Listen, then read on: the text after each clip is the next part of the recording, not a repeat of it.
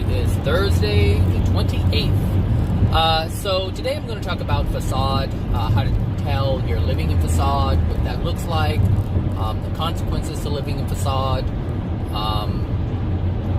and why it doesn't mean anything to certain people, whether they are living in facade or not.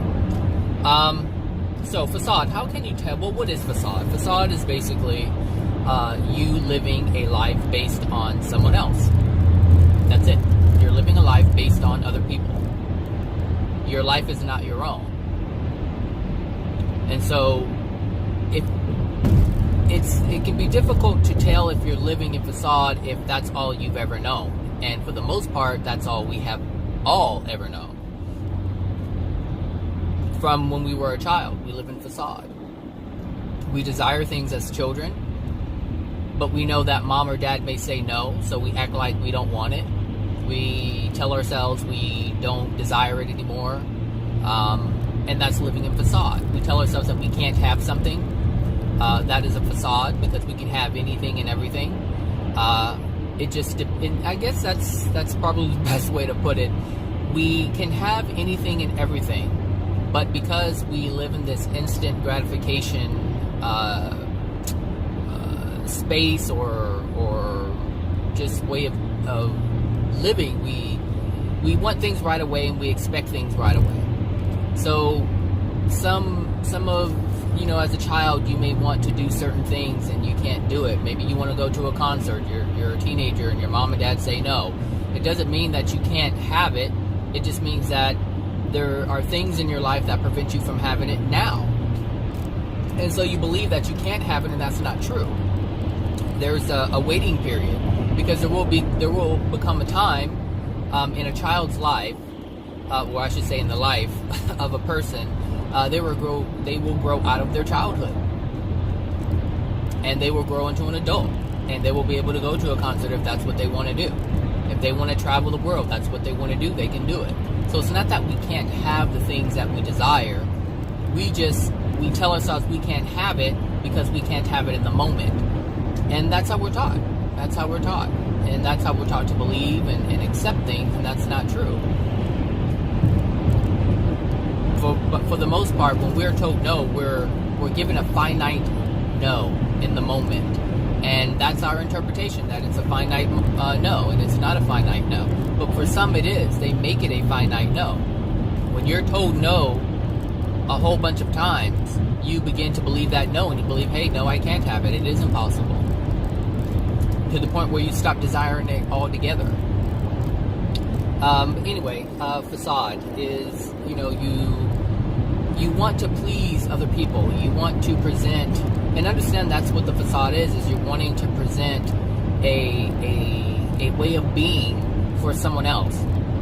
This is why you can be many different people for many different people.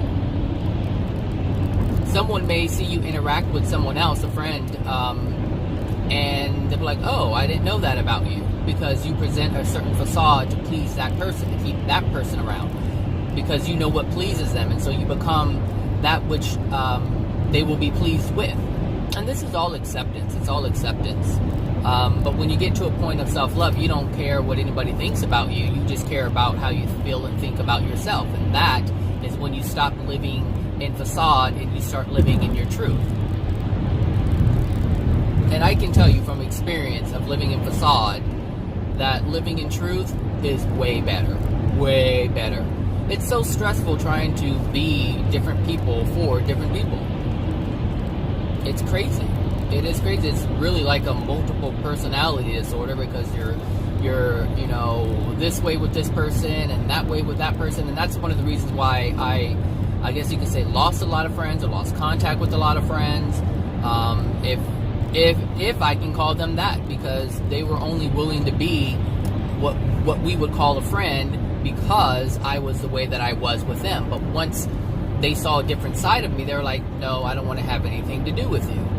And that's it. And that's the thing, is people want you to be how they want you to be, and that is living in facade.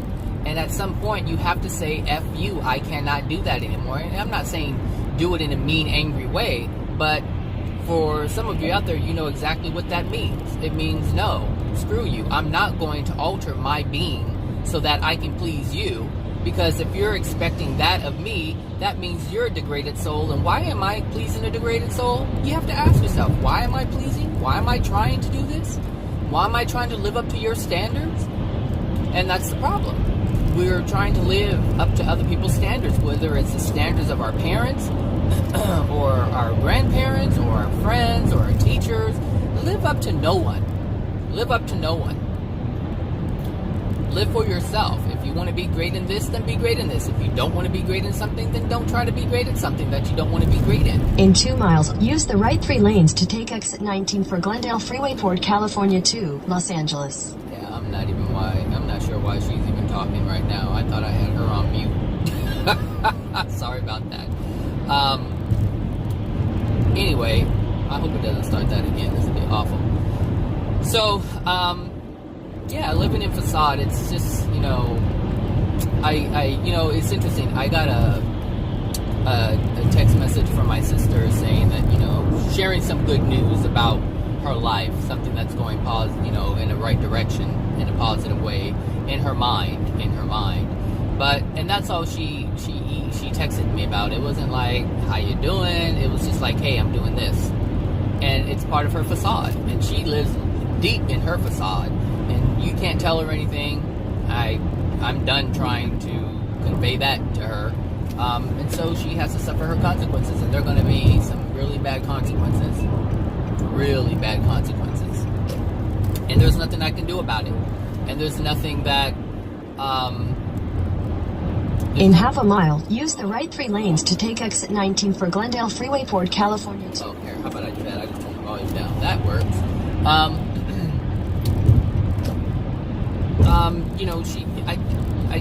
I have to, what I had to do was understand that she has her free will. She is free to do whatever she wants with her life, whether it's in a positive way or a negative way. She can love herself or not love herself, and I don't have to have anything to do with it, and I don't. The Lord knows I have done my part in terms of trying to help her see something, and she doesn't want to see it, so I can't force her to see it. So she's going to have, she is choosing, like many other people, are choosing to use karma to learn her lesson. And if you let karma, if you let the universe teach you a lesson or teach you something or help you see something you don't want to see, then it's going to be painful. And that's the thing, you can learn and get ahead of it, or it's like you can get ahead of the wave, or you can just let the wave hit you. One or the other.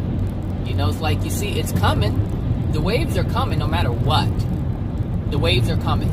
If you have something within your soul, the waves are coming. If you take it upon yourself to learn and understand, it's like being in a speedboat. You can just speed off and dodge the wave and get your lesson and move on to something else, something greater, something grander. But if you don't and you want to stay on the island or the little rock and the waves coming, then get knocked over and feel it. Feel like you're drowning, feel like you can't swim, feel like you can't breathe. That's your choice, and that's the choice she's making. And that's the choice many people make. And most people are okay suffering if other people are suffering with you. That's one thing I've noticed. And that saying, what is that saying? Misery loves company, and that's true. People are willing to be miserable if somebody's willing to be miserable with them because they don't feel alone. They don't feel alone. But once you start progressing, meaning once you start loving yourself, people will try to get you back into a place of misery so they're not left by themselves, because nobody wants to feel that they're being left behind. Nobody wants to feel like they're creating their own madness, and then here this person is doing wonderful, grand, great things, and they're like, well, I'm not doing great things, and I don't want to feel bad about myself, so let me fuck up this person's life too. Let me bring them down to my level, so then I don't have to feel bad about myself, and they're miserable right along with me. Hello? It's as simple as that. It's as simple as that. And again, it's a facade. You get back into this facade. So my recommendation to you is, do you, boo-boo. Do you. You gotta, it doesn't matter if it's your mom, your dad. It doesn't matter. It doesn't matter if your sisters, your brothers, your cousins. It doesn't matter if your friends, it doesn't matter who it is. You gotta live. It doesn't matter if it's your boss. It doesn't matter if it's coworkers. There's some coworkers who stay small because other people around them are staying small. It's like, okay, I'm going to do the bare minimum, and they're not growing. They're not growing at all, and they're not achieving anything more. You have to say, I gotta go. Sorry, you may like being here, I don't. And that's what I'm saying. You have to learn how. That's how you get out of facade, is to live your desire, to live the truth. Whatever the truth is. The truth is what it is. You're not creating the truth. The truth already exists. You're just accepting it. That's all. You're either accepting truth or rejecting truth. Truth has already been established by the Creator. It has already been established. All the elements on the planet, it's already been established. They are what they are. You're not going to change them. Can you mix them? Yes, but that doesn't change that they are what they are. They have to remain what they are in order for you to get the same result when you mix something. It has to. That's the promise of the Creator. The Creator is remaining constant. And that's how we can figure things out, is because everything is remaining constant. The pain in your soul, constant. You want to change it?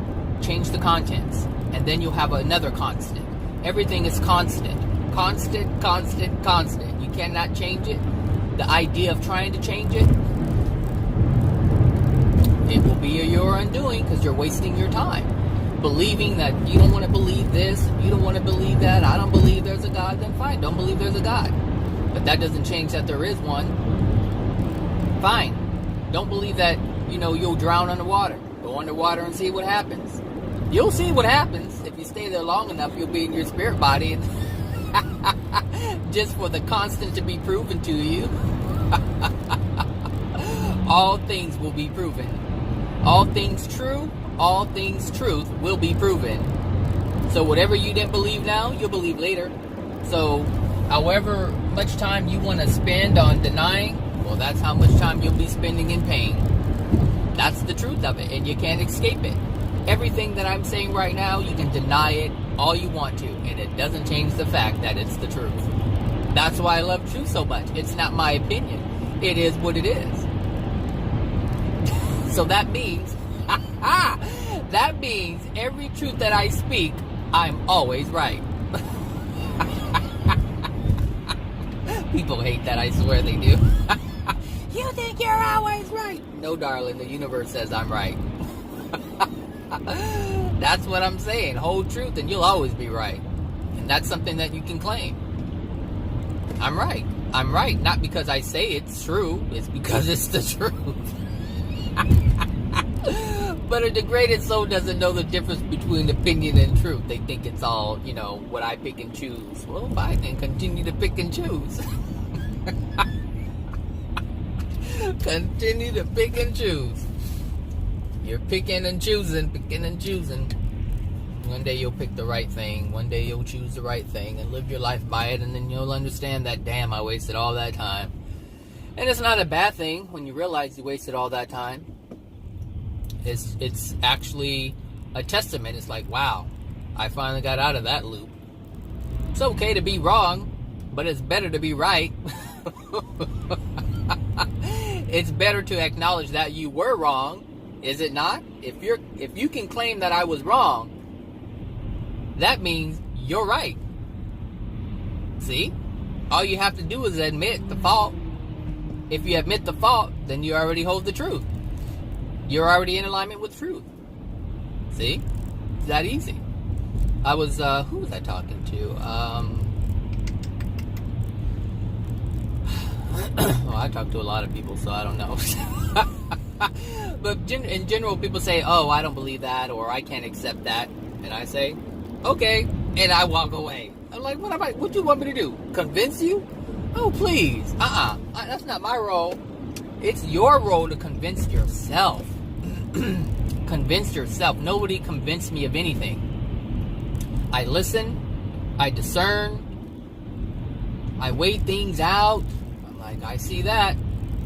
I see that when I first heard about law of attraction through Abraham Hicks.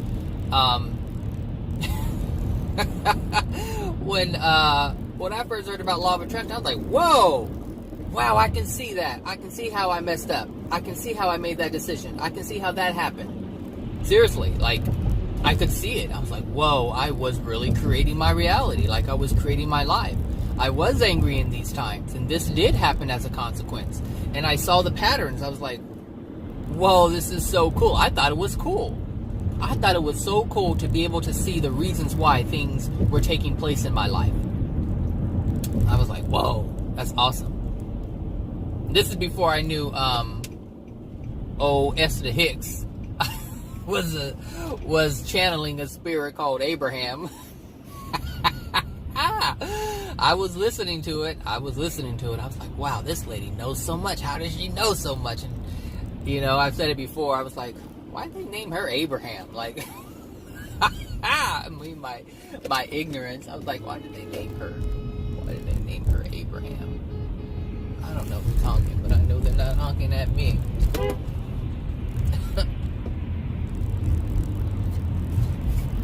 That's what I do know.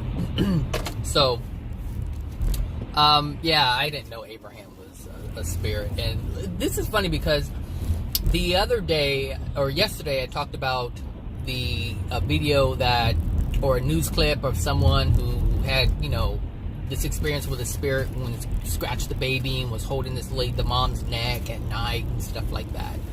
And, you know, I was saying, you know, learn, you know, like, ask questions about the spirit world, but understand, like, I understood yesterday. I was like, you know, I'm actually seeing it from my perspective of being comfortable with spirits, to a certain degree, because I'm sure there's still some fear within me regarding spirits. Not so much the loving ones, but the dark ones, because those are connected with the boogeyman, those are connected with the demons, those are connected with the devil, and these are all childhood beliefs that are still within my soul that I have not released. Now, I have a different perspective now, but the fear that I locked within my soul as a child still remains. So even though I'm a different person today, I'm still held by the fear from my childhood. It's still present within me. So I'm not fully clear of that. And actually the way I present it is telling of that. Why I'm like, just learn it. Well, because as a child, I was fearful of these things. So what came to mind is when I first found out that Abraham Hicks was a spirit. Woo! This was what, 2015, I think? I think 2015. 2013? Maybe 2013. Somewhere around that time. What I do know is I was terrified. I was so terrified when I found out it was a spirit. And I didn't know this because the Abraham Hicks video clips were just like, it was of Abraham talking, but they had like stationary pictures on the YouTube, so you really didn't see her or anything like that. You just heard the female voice, and that was it. So I didn't know that there was channeling going on. And then I typed it in again, and I stumbled upon a recorded live presentation, snippets, or a presentation that these snippets are taken from.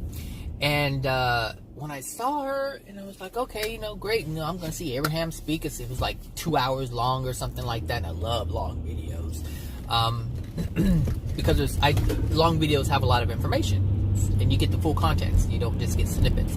That's why I like long videos. So I was listening to it, and, you know, Jerry Hicks was there, the husband, and then she walks out barefooted on this, looked like it came to mind. It was like, oh, look, she's getting on her magic carpet and everything, and she says, are you ready for Abraham? And you know, that's what confused me, because she said, oh, or, you know, she's Esther. She goes, hi, thanks for coming, da da da da da. And she goes, are you ready for Abraham? And they were like, yeah. Then she closed her eyes and she started breathing. And I'm like, what is this going? What is this? What is this? What is going on? And as soon as Abraham came through, I turned that mess off, and I did not go back to the computer, because I was watching it on my desktop. I turned that computer off and left it alone for a whole week. I said, I'm not letting these demons in my house. And the thing is, the reason why I felt that way is because my sister taught me to feel that way. I accepted her belief in that respect, because she used to say she wouldn't watch scary movies. It's something my sister would never do, is watch scary movies. And I'm like, why? I didn't see anything wrong with it. She's like, I was like, how come you don't watch these scary horror movies? And she's like, I'm not letting them demons in my house. And I believed her. I thought they could come into my house, come out of the TV and into my house. And so that's why I got afraid. I was very frightened of these spirits coming into my house. And what are they doing? A raid? Body search? Like, what's going on here? Something going on. All these police. I don't know what they're doing, but they're out here. Got it all blocked off. Was there a murder? Crime scene? Who knows? This is the park in Los Angeles. Anything can happen. Anyway, so yeah, I was afraid. I was terrified. And I didn't touch my computer. That's how afraid I was. I did not even touch my computer. I did not turn it on for anything, because I associated with the demon. And I figured, I'm not going to go next to that. I'm not going to watch. I didn't watch YouTube anymore. I didn't do. That's how afraid I was. But now I look back on it, I'm like, silly Zachary. Silly Zachary. Believing this nonsense. But fear is based off of something that's not real. Do demons exist? Yes. Do they have the power to hurt you? No. The only way they have the power to hurt you is if you have something within your soul that allows them to reach in and bother you. Like the baby that I was talking about, that I did not put in that clip yesterday. I mean, I didn't put that clip in yesterday, so maybe I can do it on this one just to show you what I was talking about. Yeah, law of attraction. I learned what that was, and I started, to see that, hey, and that's what made me go back. Is I kept thinking about all the things that Abraham was saying, even though I had become terrified of it being a demon. I was like, because I was trained or made to believe that demons will hurt you, and they lie to you. That's what I was told. So when I was thinking about all the things that Abraham was saying, I was like, but everything Abraham was saying was true in terms of how I created the things in my life. And I'm thinking, if a spirit, because that's what I was taught. So I was like, why would a demon want to help people understand and be more loving towards self and help not create pain in our lives? Like, well, I don't get it. Like, it didn't make any sense to me. And so I had to reconcile this. And so I had to come to the truth. I had to come to accept the truth that the spirits were not all that I was taught to believe about them. That's the truth. And I had to accept that truth. I had to accept it because I was benefiting so much from it. And in the back of my mind, I was still careful. I was like, I can't believe them wholeheartedly, but I have to accept the truth of my life and the things that I've done to my life, to myself, unknowingly. Like, I have to accept that. And I have to accept that knowing this helps me to make better decisions. I could not shake that. I had to admit the truth. I had to accept it. And therefore, I had to accept the truth that not all spirits are bad. Now, I didn't know much about spirits, but I had to come to that determination. I had to be open enough. I couldn't be closed-minded. I couldn't be like my sister. I couldn't be like my mom. I couldn't be like my grandmother. I couldn't be like my other family members. I couldn't be like everybody else. I had to make a decision for myself.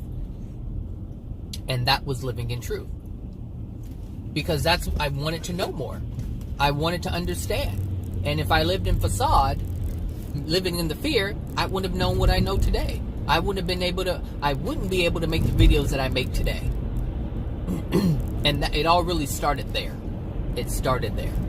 So, I made a decision to live in truth, to live by my desire, to live by how I want to live, to learn what I wanted to learn, to seek out what I wanted to seek out. That was the beginning of it. That really was the beginning of it. I know I've said some things about Abraham Hicks. There's some things that Abraham Hicks does not understand. And there's some things that Abraham Hicks understands but will not reveal. Because if it's like Abraham is seeking attention in some way, shape, or form. Abraham wants to be recognized. All right? The things that I'm telling you, it kind of disarms that whole I am more knowing and more powerful. I am more wiser. It disarms that whole thing. You don't have that as a shield anymore, as a weapon, as a badge. When I tell you exactly what spirits are, that's what spirits are. They are what they are. They're just people who lived on earth and now they're not living on earth anymore. They're not these grand beings, and the ones who are grand will never claim to be grand, meaning celestial beings. They such grandeur, and they won't even claim it. There's no need. Why would they do that? They're a celestial being. They are what they are. They understand that you are no different than they. The only thing is that they have accepted more truth than you have, meaning they have accepted the truth of the soul. They have accepted the power of their soul. They have accepted the truth of the universe. They have accepted the truth of God. They have accepted the truth of many, many, many, many, many, many things. And with the acceptance of that truth, what happens is you get grand power. Ultimate power. Not ultimate power, but you get a lot of power. Powers to where you can manifest thousands of bodies at one time and be in thousands of places at one time. At one time. Make a right and okay, so let's say and go this way, which is very strange. Very strange. I've never taken this route before, but we're gonna do it. We're gonna do it. You know why? Because it says to do it. And that line was way too long. So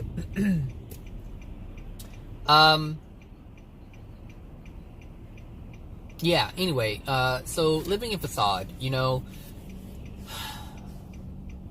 it's scary to live your truth because you only live in Facade, or we only live in Facade when, oh, the count is 27. We only live in Facade because we want approval from someone. That's why we do it. We want approval from someone. And basically that's everyone around us. We want to seem important to certain people. We want to seem like we're contributing to something, so we try to be what someone else wants us to be so that we can show them that I'm capable of this, or I can provide you with that. I'm worth something. I'm worth this. And that's really what it is all about, is you're trying to prove your worth. And as you try to prove your worth, you don't have any. Yep. As you try to prove your worth, you don't have any. See, your worth is who you are. Your worth is your worth is based upon your abilities, what you can do, what you can contribute, the specialness about you. You are a unique individual with abilities that other people don't have. But you can't share your value if you're not yourself. If you're busy trying to be like Bob, how can you express and share your greatness? I hope this is right. They got me going zigzagging through downtown.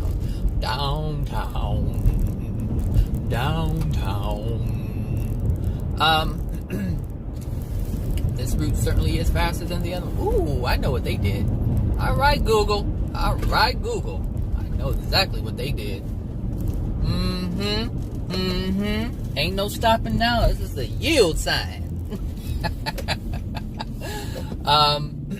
Nice. Look, I bypassed all that. Oh, you can't see it, but all that traffic. Now I know that route for myself. I didn't even know that. Cool deal. All right, Google. So, I may actually be to work on time. So, what is wrong with that car? Yeah, you can't even if you're trying to be like Bob, you can't share your greatness. And that's your worth. Your worth is your personal, unique contribution to the world. Really. You know, the wreath that, you know, I bought from the person of the video I made a couple of videos ago, you know, it's like, that's her worth, her value. Like, she brought me so much joy. Like, I put my wreath on my door. Maybe I'll put a picture up. And it's bright. It has, and I like today, I probably shouldn't show you, but anyway, maybe I will. I don't know. I'm wearing like bright orange shirt. Yesterday I wore bright yellow. Like, I love colors. I just love colors. Maybe it's the African in me. Who knows? Because you know, child, they love them some colors. And you know the Mexicans do too. So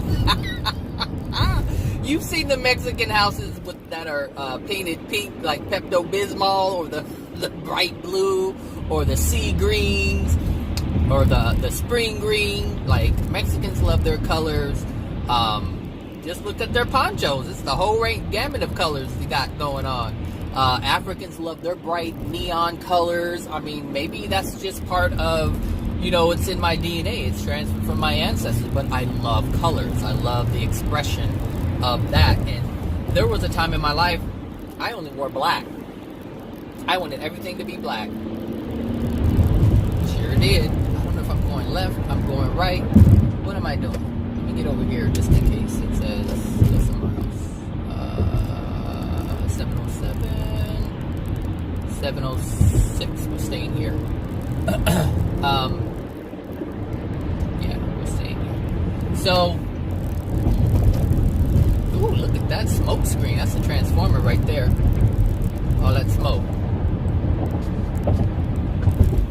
don't know what I'm doing with my camera. Sorry about that. Smoke screen. Click over here. So, what was I saying? You know, I put my, you know, the wreath up, and that's part of that's her contribution. Like, she's bringing joy. She's creating beauty, and she really is creating beauty. She's bringing, you know, all these different, her whatever designs she conjures up in her mind, that's like coming from her soul. And she's like, oh, I can see this, and I can visualize this, and I can create that, and manifest this, and she does it. And she shares, like she's literally sharing a part of her soul with someone else. And that's what I'm saying. That's your worth, is your soul. And so if you're trying to be someone else, you're not living from your soul. So if you want to be worthy, then live from your soul. Live in truth. What's in your soul. Whatever desires you have, do it.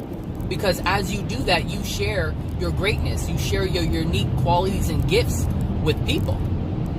But if you live in facade, you're not.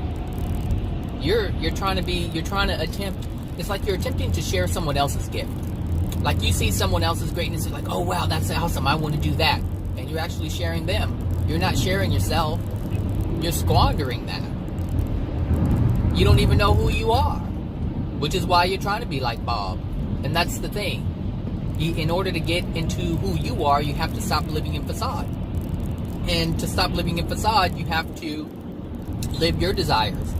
Whatever you think, voice that opinion. Whether it's a good one or a bad one, voice it. Later on, you may say to yourself, well, I had an opinion and that wasn't a good one. But voice it. How do you know? How do you get to know yourself? By expressing yourself. Why do you think we have these bodies? The soul is expressing itself. Why do you think the soul has a spirit body? To express itself. To learn how to express itself. To learn how to... This is why, you know, the soul... There isn't a soul union right now. There is great power with a soul union, but you can't get to the soul union until you reach a specific level of love, which is the 22nd dimension. Someone says 36. I said, you're AJ. Someone tried to correct me, and that's fine. If it's the 36, it's the 36. If it's the 22nd, it's the 22nd. Who gives a shit, really? I mean, we're in the first dimension, for God's sakes. I mean, really? Does it matter if it's the 22nd or the 36th dimension? Like, who cares? We're nowhere near it anyway. But the point is, in general, is that you cannot have a soul union until you reach a certain state of love. Whether it's 20 second or 36, 15, whatever it is what it is. That's what I'm saying. You cannot change the truth. If AJ said in 2009 it's a 22nd dimension, and then in 2013 he says no, it's actually the 36th dimension, then it is what it is. Regardless of what he says, it is what it is, which is what the point I tried to point out earlier. We can't change the truth. It is what it is. Our perception of it, fine, so be it. But it doesn't mean that the truth is changing. It just means that our perception is changing. And by God, let it change. Let it change. That is the best thing that can happen, is to let it change. To alter your state of being. Let your perception change. Let it shift. Let it morph into something else greater. But if you just want to hold on and say, well, this is the truth and this is the truth, then you know what? You're never going to hold it. You're never going to hold it. Because you're not allowing yourself to verify what you currently hold as truth is the truth. I don't hold it. I'm not stuck on one thing. Like, I don't care if it's the 22nd or the 36. It doesn't matter. I'm not there. I'm in the first. So my main concern is, how do I get out of the first? Forget the 22nd. I'm not there yet. I am not there yet. I'm trying, oh, is that a coworker? No, it's not a coworker. I'm not there yet, so I'm not trying to live in facade. I'm not trying to be right. But as long as I hold truth, I am right. So I'm going to be right on things that are true. And I'm not going to be right on the things that aren't true. And I'm okay with that. Because I'm not trying to be right for people. Sometimes people ask me questions. I'm like, I don't know. I go, based on truth, this is what I see. But, I could be wrong. And I say that. I could be wrong. But there's some things that I know for certain. And no, I don't back down off of that stuff. Why? Why? Because someone else isn't sure? So someone who isn't, get this. So someone who isn't sure asks me a question because they're unsure, and then they question my answer so that I can become unsure? Oh, please, you better go somewhere with that nonsense. Really, because that's what it is. And I say, no, that's not going to happen. Sorry, boo-boo, that's not going to happen. Someone said to me, they're like, you're just so rigid and you're stuck in, you won't budge. You're right. When it's truth, no, I won't budge. But it doesn't mean that I don't question. It doesn't mean that I'm going to change my belief, but I question it. Like, I'm like, okay, could this be? And I ask myself, I'm like, and I apply truth to it. I apply the laws to it. I'm like, nope, I'm right. I'm sticking with it. I'm sticking with it. Because you have to understand that, well, you don't have to understand anything, but you have to understand, you would want to understand, it's my recommendation, there you go, to understand that we are living in a world where there are a lot of people who are not living in truth. And the reason why that is because they don't know what that is. They don't know what the truth is, which is why everyone's making mistakes, which is why everyone's having their bad, painful experiences. So, just because someone else questions you doesn't mean you're wrong. It means they're unsure. But if there's a question to begin with from their end, and they're already uncertain, why would you even try to take what they're proposing as truth anyway? If they can't reconcile what they're trying to convey, why would you do that? That doesn't make any sense to me. It makes sense to them, but a lot of things make sense to degraded souls. So I mean, and I'm not saying I'm not a degraded soul, but I'm not as degraded as I used to, because I used to be dumb as hell. I used to not know. I mean, come on. I thought all spirits were demons. That's stupid. That's dumb. From the perspective of man, from the perspective of God, it's not dumb. It's not stupid. From the perspective of God, is you just simply are holding something that's not true. And I released that, and so now I hold the truth. And understand, when I use like curse words or, and I seem, forceful, it's just part of my expression, It's not that I'm judging it. It's just it's language that I have grown up with. People around me express themselves in that way. So when I'm conveying messages, I'm trying to convey a message that people will understand. And I know people know when I say, screw you, or get the fuck out of here, that ain't gonna happen. Like, people I know understand what that means. And some people don't understand what that means. If they have such judgment against curse words. Because people who have judgment against curse words will have judgment against the person who uses them.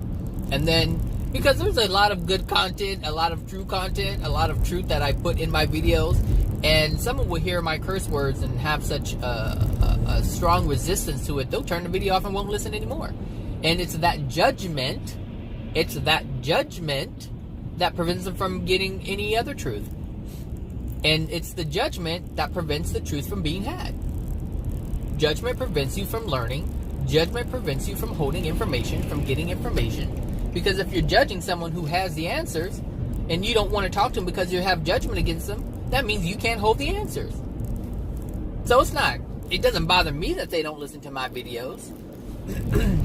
But it will certainly affect them. And it doesn't matter if it's my video or if it's someone else's video. It could be something about finances. I'm like, no, that's not how you do it. And they're like, you don't know what you're talking about. Click.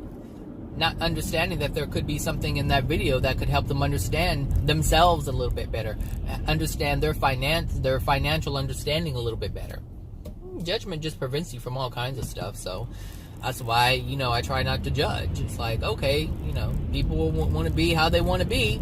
And because I'm allowing of that, I'm allowing within my being to just let people be how the hell they want to be, I get to see the whole picture. Like, I get a full understanding as to where they are, what they're doing, what's going on with them, why they are where they are, how they can fix it, what's causing them to be where they are. All these different things, all these answers are just present. They're available to me. And the only reason why they're available is, am I supposed to turn? What screen am I supposed to turn on? And the only reason why they're available is because I don't have judgment. When you don't have judgment, that means you're open. And when you're open, the truth can come on to you. Come on down, like the price is right. Just come on down. So, it is what it is. That's what I've come to understand. And since I understand it, I have to accept it. Just accept it. People are where they are. It's their choice. There isn't anything you can do about it. You can try to force someone to see it your way, but if you do that, what's going to happen is, do I want to do this? Yeah, we want to do that. What's going to happen is, I'm going to be penalized. And then I won't have the clarity that I could have had if I were open. To just let them be how they and who they want to be. I have more clarity now by leaving people alone. I'm like, I'm not fucking with you. I am not fucking with you.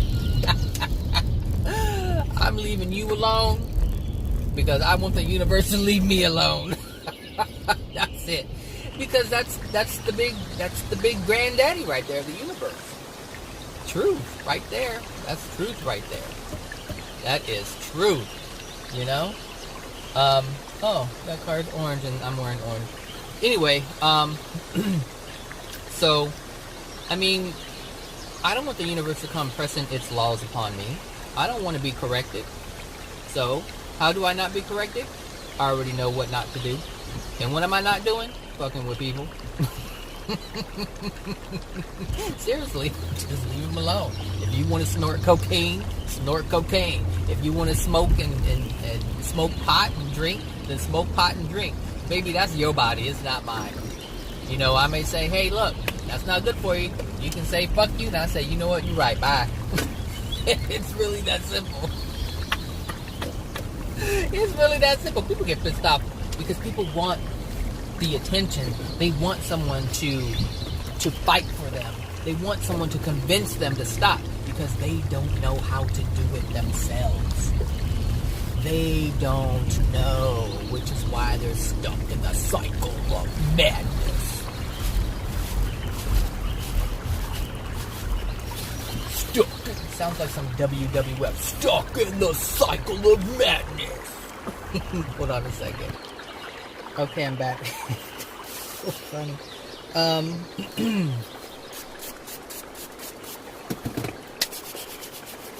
So, yeah, they don't know. They don't know. So, what, they want people to. Well, okay. So my what I'm trying to say is, when people, when you dismiss someone like that, or you present in a way like you don't care, people get angry. They're like, "Oh, you don't care about me?" And that's proof that they want you to care in the first place. Why do they want you to care? Because it's part of the facade. Their facade says, I don't feel good about myself. I don't feel worthy. I need someone else to care for me because I have so much pain growing up where I didn't feel like anybody cared. No one saw me as being valuable. No one saw me as being worthy. So when you dismiss someone like that, they feel the pain and they get angry because they're being triggered and they don't want that. And so they want to live in facade. And this is what I'm saying. People will sacrifice their own joy in order to meet the needs and desires of someone else in order to be liked. That's it. So when when you do something like I just suggested, which is like, screw you, bye. You don't want to listen, bye. They get hurt. Because that feeling from their childhood it resurfaces. It's like, oh my God, I don't like this feeling. It's the feeling that they felt when they were a child and they don't want to feel it. It's like, whatever. Someone can dismiss me, but the thing is, I'll dismiss someone before they dismiss me. And I'm not saying that in a bad way, meaning I'll walk away and not care to engage in that moment because I know it's unloving to myself before they even get a chance to say, screw you.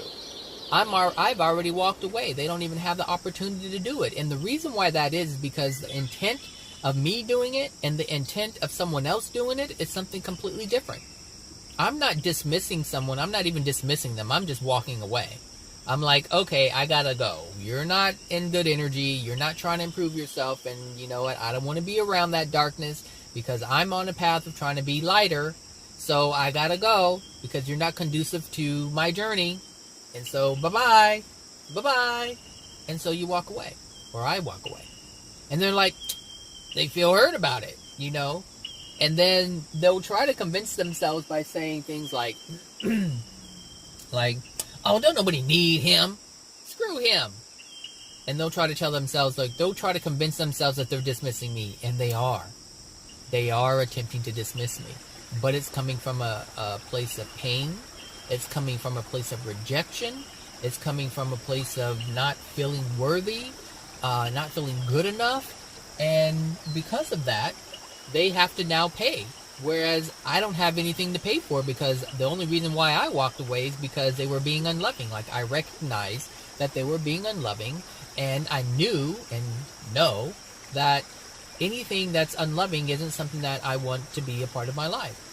I don't mind helping someone who's unloving to be more loving, but if you're asking for help and you're only wanting it because of attention, I gotta go because I'm wasting my time. Loving people do not waste their time. This is why, like in the spirit world, if someone in the spirit world, your desires or prayers or calls for help are only answered when there's a true intent. When there's true intent, the celestial beings or a brighter being will respond to you. Someone will come down and try to help you. But if you're saying, help me, get out of this godforsaken place, help me, and you just want to leave because you don't want to be in pain, but there's no desire to fix the pain, to try to fix something within you or release something within you, you don't get the help. And that's the difference. That's the difference. In terms of living in facade, people ask for help all the time. But they're not real cries for help. They're not real desires to change. Meaning, there isn't anything, excuse me, there isn't anything, hold on, I need some coffee.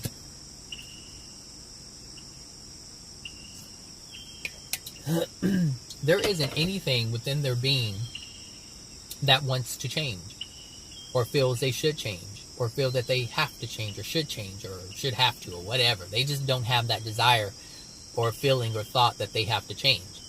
They may want it to stop. It's like someone who who can't pay their rent, and they want someone to help them out financially. They don't want to do anything for it. They just want you to pay their rent. I'm in a bind. I'm $300 short. Can you, please? And then the next month, can you do it, please? And then maybe a month passes and another month comes around. Can you help me with my rent? What's the problem there? Either they don't have enough money to pay their rent, or they have enough and they're using part of that money to do something else other than securing housing, and now they don't have enough money to pay their rent. It really just depends. That's what I'm saying. Someone who if someone really cared about their housing, like, look, I got to get another job. Hey, you know what? I realize that I need to make more money. I have another job lined up, but I don't get paid until this time. You know, I picked up more hours. I have more money to pay my rent. Can you help me out? Hey, there's a situation. Versus someone who just continually asks for more money, and they don't do anything else to increase their income flow. It's the intent. Intent, people. Everything is intent. So, you know, try to be mindful of your facade. What are you doing in your life that is trying to meet the needs of other people? Are you afraid? If you are afraid of people finding out something about you, you're living in facade. Because that something about you is the truth of who you are.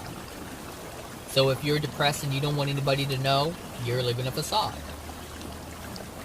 Accept your depression, because that means you'll accept the things that are causing you to be depressed, and now you can work on those things. Because you cannot work on the things that you deny. You cannot work on things that you deny. They have to be front and center. You have to acknowledge it in order for you to do something about it. If you deny it, you can't see it. If you can't see it, you can't work on it. And so that means you continue living the same experiences over and over and over again. So, look for those signs. What are you doing to try to please people? Don't please people. If you want to know if you are living in facade with someone, when they ask you to do something and you don't really want to do it, or it is putting you out of your way, don't do it. Because that's one of the things that people do when they're living in facade, is they do things for other people and they sacrifice what they should be doing for themselves. So if there's any situation where you are doing things for other people and you leave your things undone, unattended to, you're living in facade. And so you have to ask yourself, what's the reason why you want to do for them? That's what you need to ask yourself. Why are you doing this for them? Oh, because I want to be nice. Okay, well, why do you want to be nice? Why do you want to portray that? Because anything we try to do, goodness, why am I not? Okay, someone's not wanting me to say this. Why would you want someone to believe that you're nice? If that's what you're trying to portray, you want to do it because you want to be nice. Why are you doing that? See, anytime we have to force something, it means it's not natural. Anytime we try to do something to convince someone that we are a certain way, it means it's not natural. Anything that you have to try to do, you are not. Anything you try to do, you are not. Understand what that means. Anything that you're trying to do, you're trying to achieve, you're trying to convince, you're not. That's why you're trying to convince them, because you're not that. You want to be nice because you're not really nice. You want to be loving because you're not really loving. And someone will say, I'm nice. I'm nice. But if you were, you wouldn't have to try to convince someone that you are, because you would already be that which you're claiming to be. You wouldn't have to try, because it would be embedded in every single action that you do. If you were a nice person, and nice to who? Nice to someone else? Nice to yourself? Because you need to be loving to yourself first. That's being nice to yourself. So if you're doing something that's unloving to you, then no, you're not a nice person. So again, I say, if you're trying to be nice or convey a message or convince someone that you're nice, it's because you're not nice. If you're going out of your way to do something for someone else and you leave something that's in your life unattended to and unchecked, unresolved, then that means you're not being nice to yourself. And so again, I say, you're not nice. But you want to convince someone else that you are. A nice person would take care of self first, have everything done, and then help someone out if they need it. But understand, if they need help, then what is it within their soul that's preventing them from having whatever it is that they're desiring, and they need help attaining it? There's a difference between having help and the universe having help because you can't manifest it on your own, and there's a difference regarding the universe bringing you a law of attraction event to assist you in your desire. There's a huge difference. There's a huge difference, and I know it's something that people cannot really see, maybe. They can't wrap it around their head, like the difference, how to differentiate the two. The difference between you doing something and the universe bringing you to fulfill someone's desire. The difference is, when you have a feeling of fear, when you have a feeling of guilt, when you have a feeling of shame, when you have a feeling of insecurity, when you have all these different lower vibrational feelings, as the New Age calls them, if you make a decision out of that, that is not the universe trying to help someone fulfill their desire. The universe is using this situation for you because you're going to experience a lack somewhere. You're going to get some kind of disappointment, whether it's you not taking care of your business or them accepting your help and still not yielding what you think it's going to yield. In one way or another, you're going to pay for it. That's the difference. When the universe delivers something through the law of attraction that is supporting you of your desire, nobody suffers. Well, I don't want to say that. You don't suffer. That person doesn't suffer. Whoever is receiving the support from the universe in that loving way. It's all loving. This is why it's hard.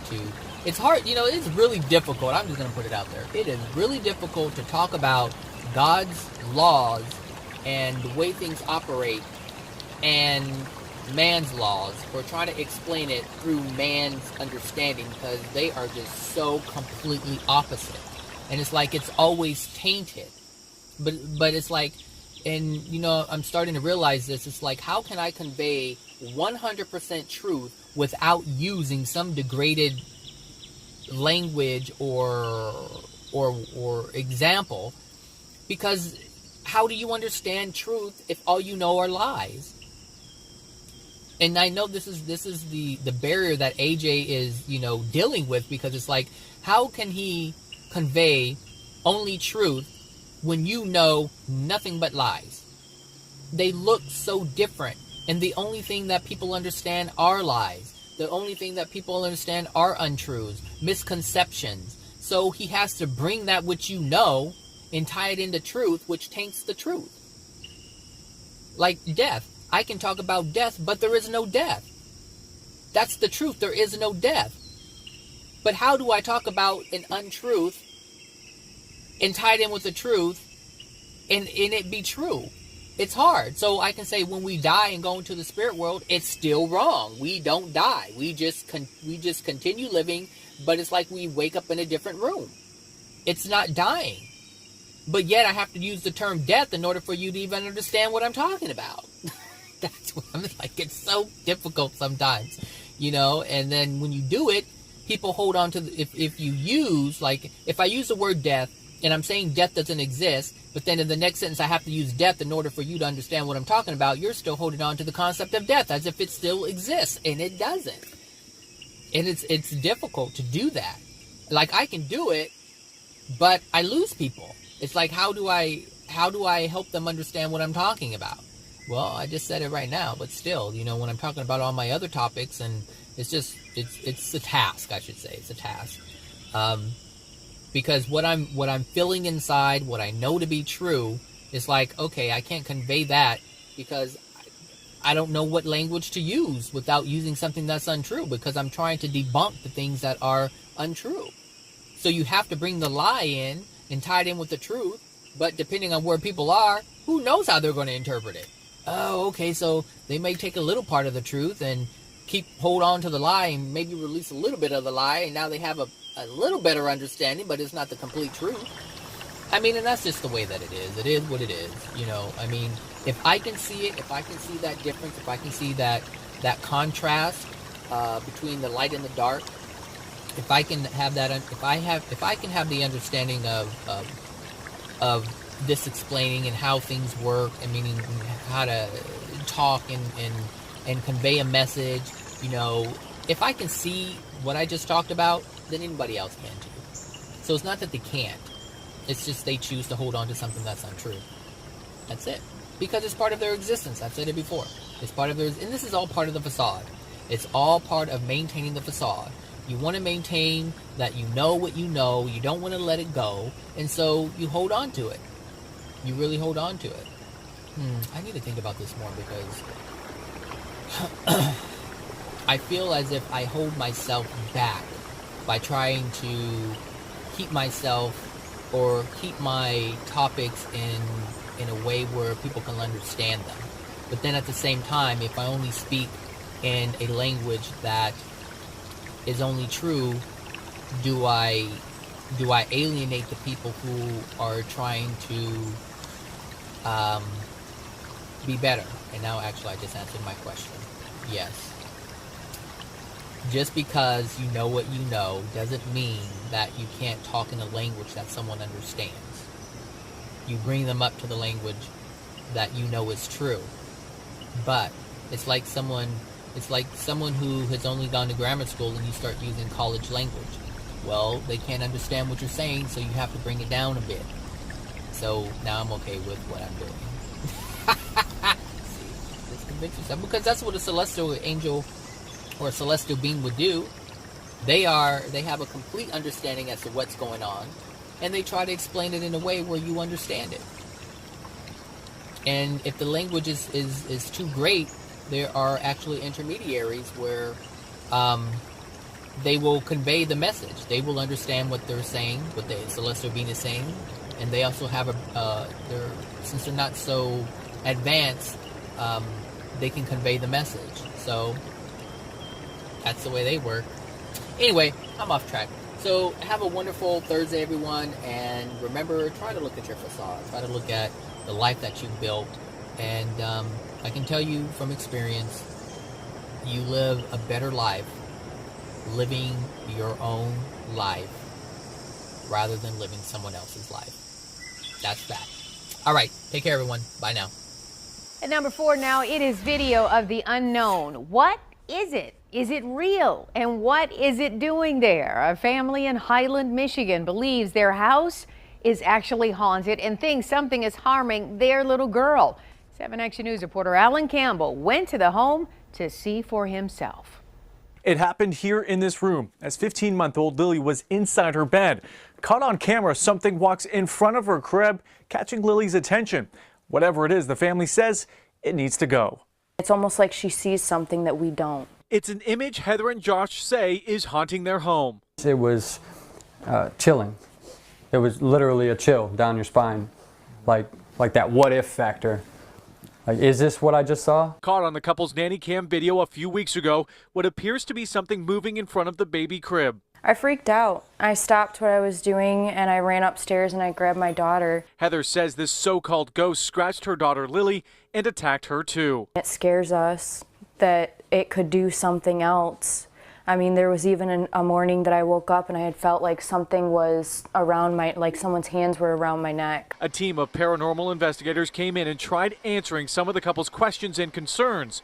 Josh's father, Jim, says it may be someone who lived in this house before. The story that I was told was the gentleman that lived here originally committed suicide, apparently, by jumping out this window, which is, of course, one full story down. The couple says they don't know why this so-called ghost is targeting them, but say they don't want any part of it. It's not physically just going after her. It feels like it's going after myself, too. I couldn't get an explanation out of it, you know. So it's freaky, is what it is. For now, Heather and Josh say they will stay inside this place with Lily until they're able to save up enough money and move out. Reporting in Highland Township, I'm Alan Campbell, 7 Action News.